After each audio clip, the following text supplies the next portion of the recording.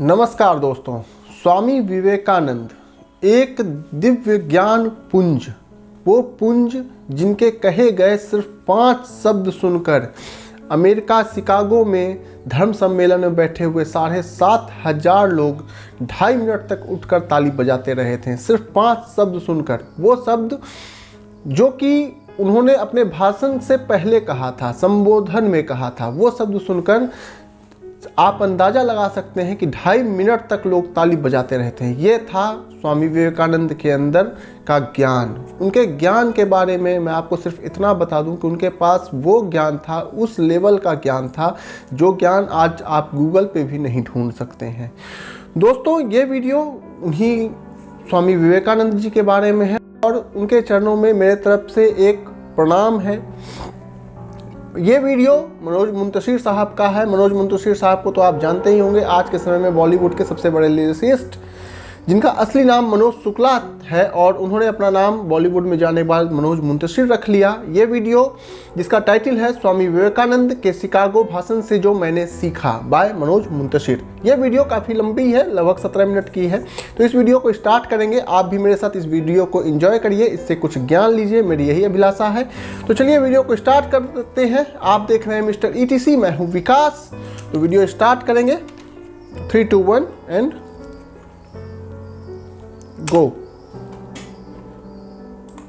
9/11 एक तारीख जो डरा देती है। 9/11 याद आती हैं 2 ऊंची इमारतें, उनसे टकराते हवाई जहाज, Osama bin Laden, George Bush वगैरह वगैरह।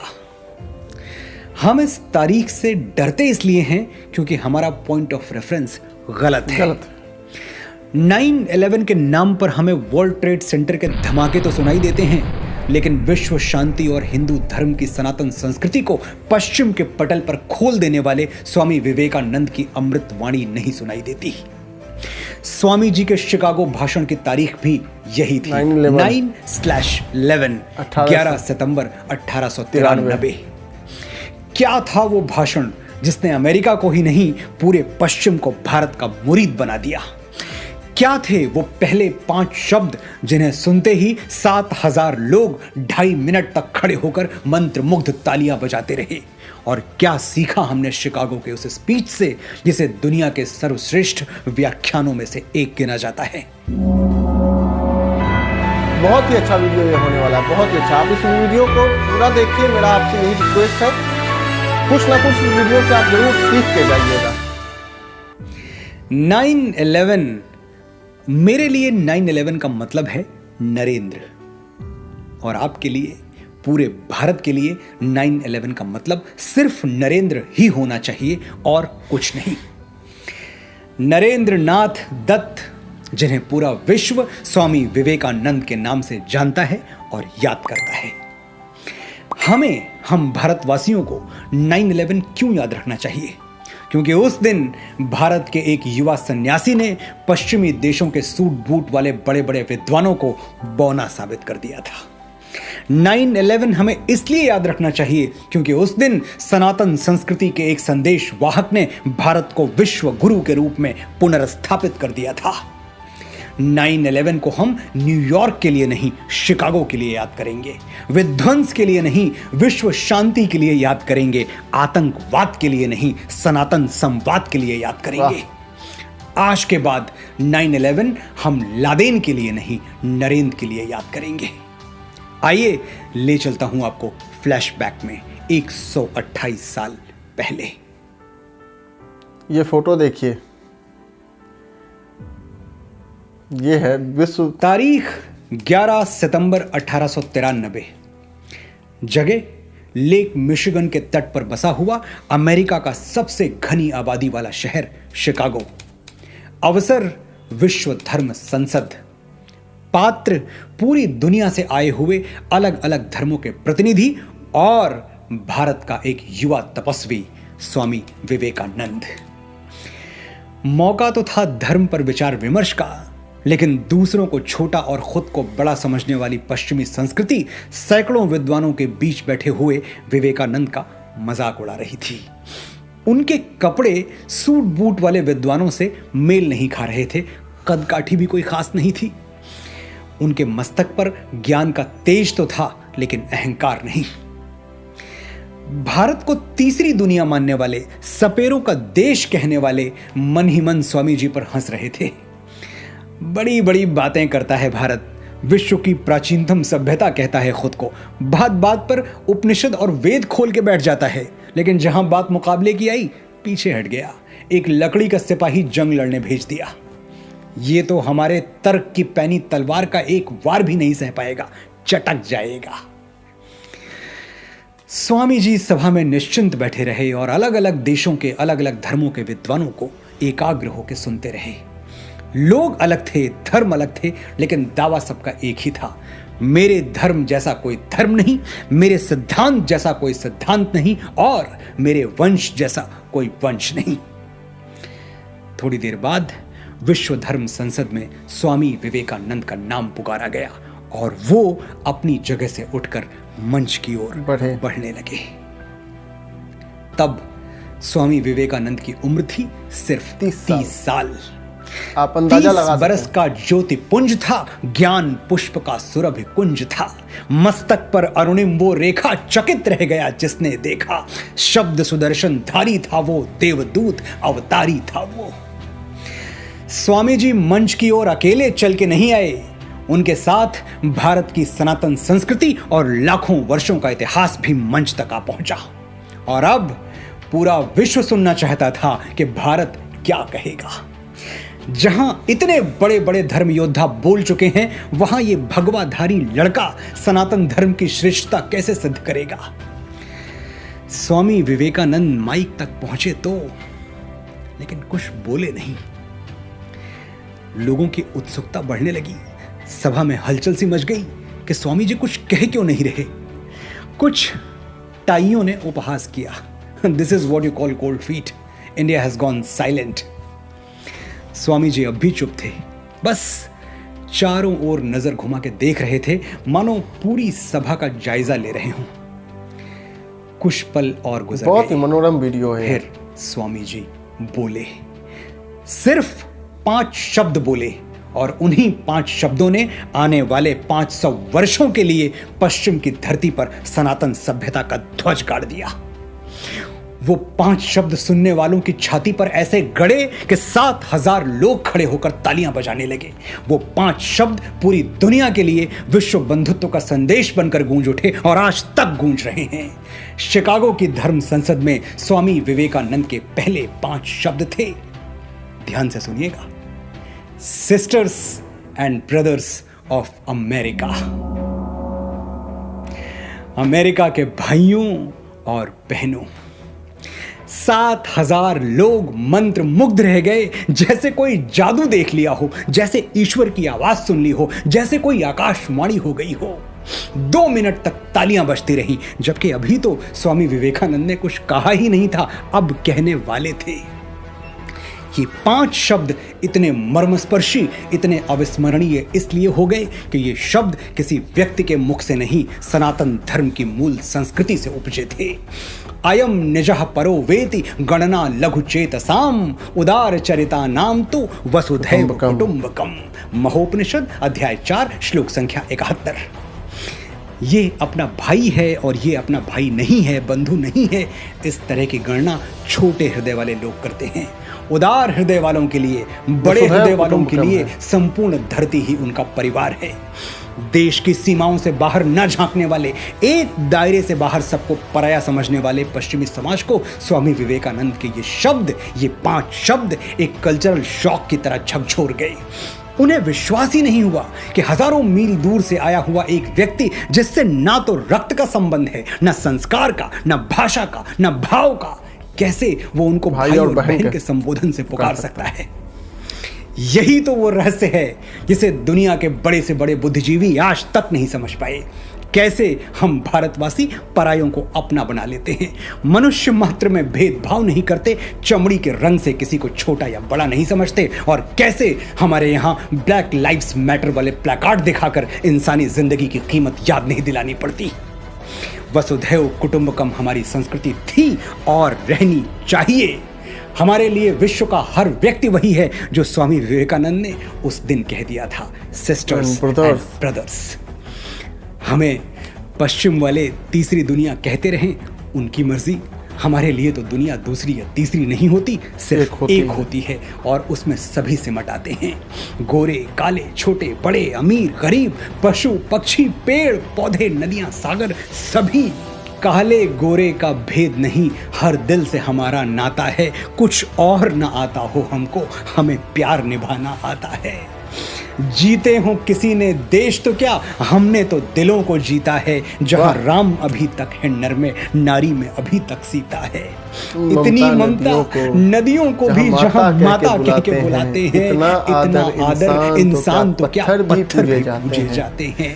धरती पे मैंने जन्म लिया, ये सोच के मैं इतराता हूँ, भारत का रहने वाला हूँ, भारत की बात सुनाता हूँ। उन 5 शब्दों के बाद स्वामी विवेकानंद धारा प्रवाह हो गए। जो अगली बात कही वो क्या थी, मैं स्वामी जी को कोट करता हूं। It fills my heart with joy unspeakable to rise in response to the warm and cordial welcome which you have given us. आपने जिस प्यार और अपने पन से हमारा स्वागत किया, उसके लिए मैं आपका आभारी हूं।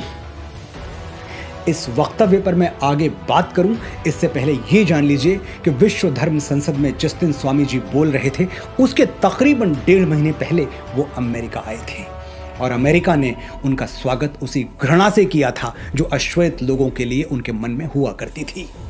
You black get out. 1.5 महीने तक स्वामी जी बस यही सुनते रहे, यू ब्लैक गेट आउट। लेकिन स्वामी विवेकानंद ने अपने अंदर कड़वाहट नहीं भरने दी। मैंने बताया आपको कि स्वामी जी उस दिन अकेले मंच पर नहीं आए थे, उनके साथ भारत की सनातन संस्कृति और लाखों वर्षों का इतिहास भी आया था। और भारत की संस्कृति विष पी के अमृत दान करने वाली संस्कृति है। हम महादेव शिव के वंशज हैं, जहर पीते हैं, उगलते नहीं। स्वामी जी ने 1.5 महीने अपमान का विष पिया, लेकिन होठों से जो शब्द निकले वो आभार के थे, कर्टसी के थे, ग्रेटिट्यूड के थे। उस एक पल में स्वामी जी आदिदेव नीलकंठ हो गए थे। हमें यही सीखना है कि कैसे दुनिया की कालिख हमारी आत्मा पर ना चढ़ने पाए। बुराई का जवाब बुराई से देना हमारी परंपरा नहीं है। हम सब ने वो साधु बाबा की कहानी तो जरूर सुनी होगी, जो नदी में स्नान करते हुए एक डूबते हुए बिच्छू को बचाने की कोशिश कर रहे थे। बिच्छू बार बार उनको डंक मारता और साधु बाबा बार बार उसे पानी से बाहर निकालने की कोशिश करते। किसी ने पूछा, ऐसा क्यों कर रहे हैं आप? छोड़ दीजिए बिच्छू को, डूब जाने दीजिए, आपके हाथ लहूलुहान हो चुके हैं। साधु बाबा बोले, डंक मारना बिच्छू का धर्म है और डूबते हुए को बचाना मेरा। जब वो अपना धर्म नहीं छोड़ रहा तो मैं अपना धर्म कैसे छोड़ दूं? स्वामी जी ने आगे कहा, I am proud to belong to a religion which has taught the world both tolerance and universal acceptance. मुझे गर्व है कि मैं उस महान धर्म का अनुगामी हूं जिसने पूरी दुनिया को सहनशीलता और स्वीकार भाव सिखाया है। स्वामी विवेकानंद जिस सनातन धर्म की बात कर रहे थे, आज उसी पर इंटॉलरेंस का आरोप लगाया जाता है, बगैर ये सोचे कि दूसरे धर्मों का आदर एक हिंदू अपने डीएनए में लेके पैदा होता है। 8000 साल पहले ऋग्वेद में हमारे ऋषियों ने उद्घोषणा कर दी थी, एकम सद विप्रः बहुधा वदन्ति, यानी सत्य एक है, लेकिन विद्वान अपनी अपनी सोच, अपनी अपनी समझ के अनुसार उसकी अलग अलग परिभाषाएं, अलग अलग व्याख्याएं देते रहते हैं। ये है यूनिवर्सल एक्सेप्टेंस। मेरा धर्म भी सही है, तुम्हारा भी, मेरा रास्ता भी सही है, तुम्हारा भी। मेरे सही होने के लिए तुम्हारा गलत होना जरूरी नहीं है दोस्त। मदिरालय जाने को घर से चलता है पीने वाला, किस पथ से जाऊं असमंजस में है वो भोला भाला।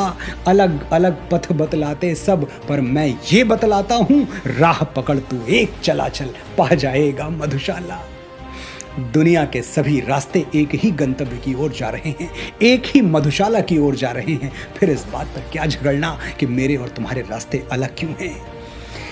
I am proud to belong to a religion which has taught the world both tolerance and universal acceptance. Swami ji की बोली हुई ये एक लाइन दुनिया के 4000 से भी ज्यादा धर्मों को एक लाइन में खड़ा करने के लिए पर्याप्त है। अगली सुबह अमेरिकी अखबारों के पन्ने स्वामी विवेकानंद के यशगान से भरे पड़े थे। द न्यूयॉर्क हेराल्ड ने लिखा, विश्व धर्म संसद में स्वामी विवेकानंद सबसे महान वक्ता थे। उन्हें सुनने के बाद लगता है कि जिस देश में इतने विद्वान और बुद्धिमान लोग रहते हैं वहां मिशनरीज को भेजना कितना मूर्खतापूर्ण है। द न्यूयॉर्क क्रिटिक ने लिखा, कई विद्वानों का भाषण बहुत अच्छा था, लेकिन एक हिंदू साधु के ओज के आगे कोई टिक नहीं पाया।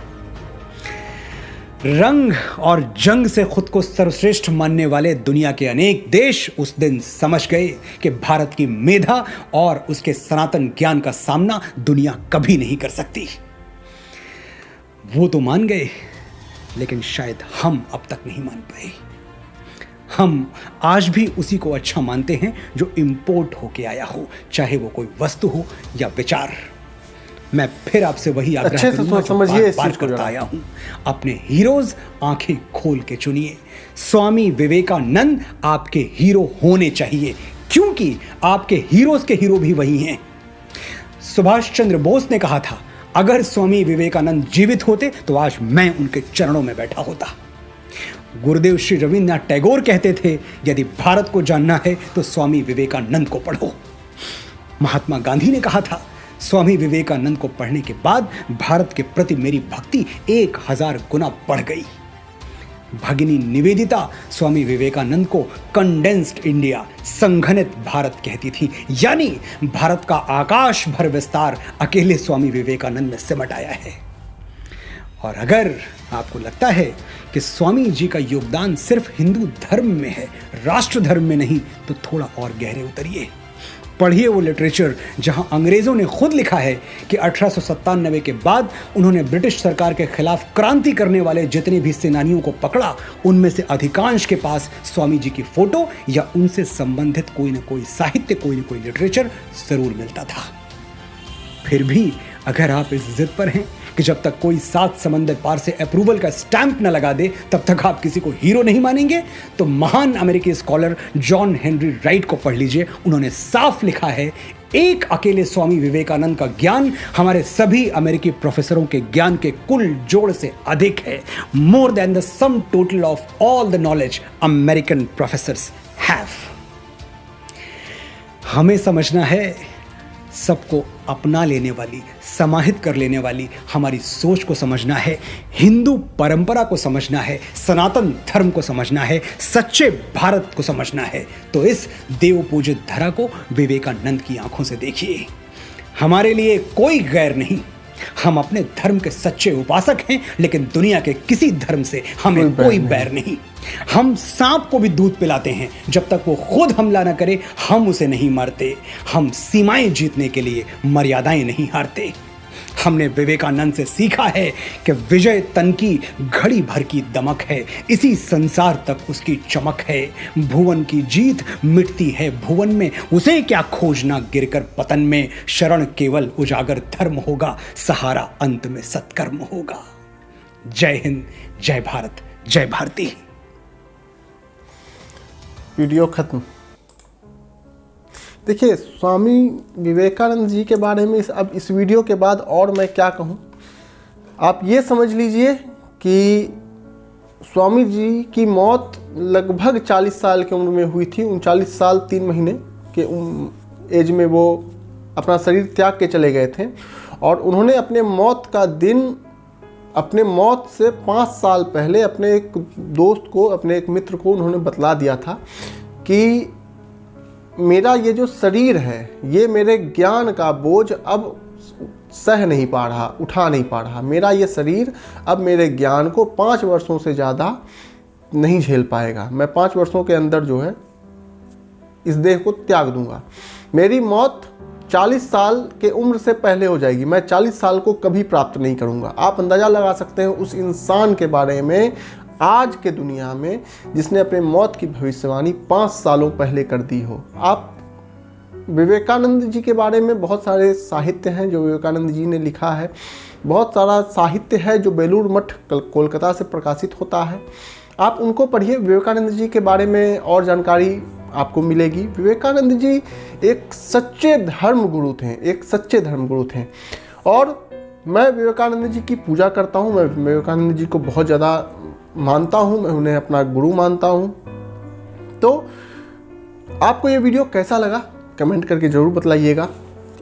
इस वीडियो अगर आपको पसंद आया हो तो इसे एक लाइक दे दीजिएगा, चैनल को सब्सक्राइब कर लीजिएगा। मिलेंगे अगले वीडियो में, तब तक के लिए जय हिंद।